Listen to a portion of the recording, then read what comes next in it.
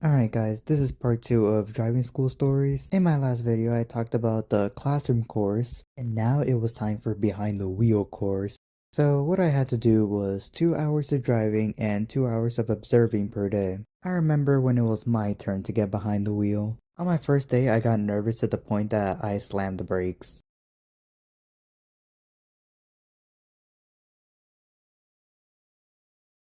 The whole point of driving is that you're supposed to relax, enjoy the ride, and you'll eventually get from point A to point B.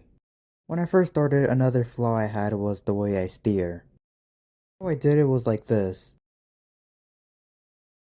I basically just crossed my arms as I steer, but I eventually got it right. So now I steer like this. So that is how you're supposed to steer. On that first day, I mostly drove around the neighborhood and in the city. So if you learn how to drive at a driving school, their cars have two brakes. One on your end and the other in the passenger seat. The dual brakes are for safety purposes, usually if the main brake doesn't work or you're about to crash. However, they won't do this on the driving test. So just in case your driving test is soon, there are some ways to fail. These include having to brake for you, if they have to reach over your steering wheel, if you run a stop sign, and the most obvious, if you use your cell phone. So on the test, they cannot intervene with your driving. But as you're practicing, they have to, cause you learn from your mistakes. They even had me driving on the highways. I hate that you're right.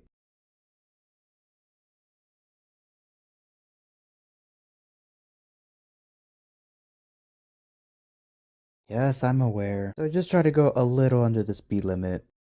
Anything over the speed limit, your instructor will get after you. And they'll tell you you're gonna get a speeding ticket or remind you that in the test they will deduct points for driving fast. I also had to parallel park, which is not easy.